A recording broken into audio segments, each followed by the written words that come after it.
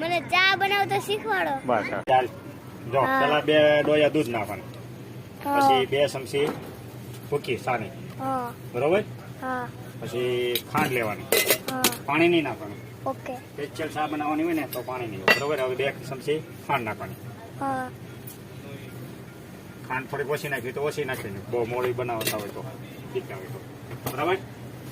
પછી ઘઉં લે 2-3 વાર ભૂરો આવી જાય ને, જો આમ અહીંયા બતાવું, જો આમ અહીંયા જો અહીંયા વિડીયો કર, અહીંયા ઉભરો આવી જાય ને, ઉફાણ આવી જાય ને, એકદમ ઘાટી કલર થઈ જાય ને, કોફી કલર જેવું, 2-3 વાર ઉભરો આવી જાય ત્યાર પછી એને ઉકળવા દેવાની. સારી પેટી આમ ઉકળી જાય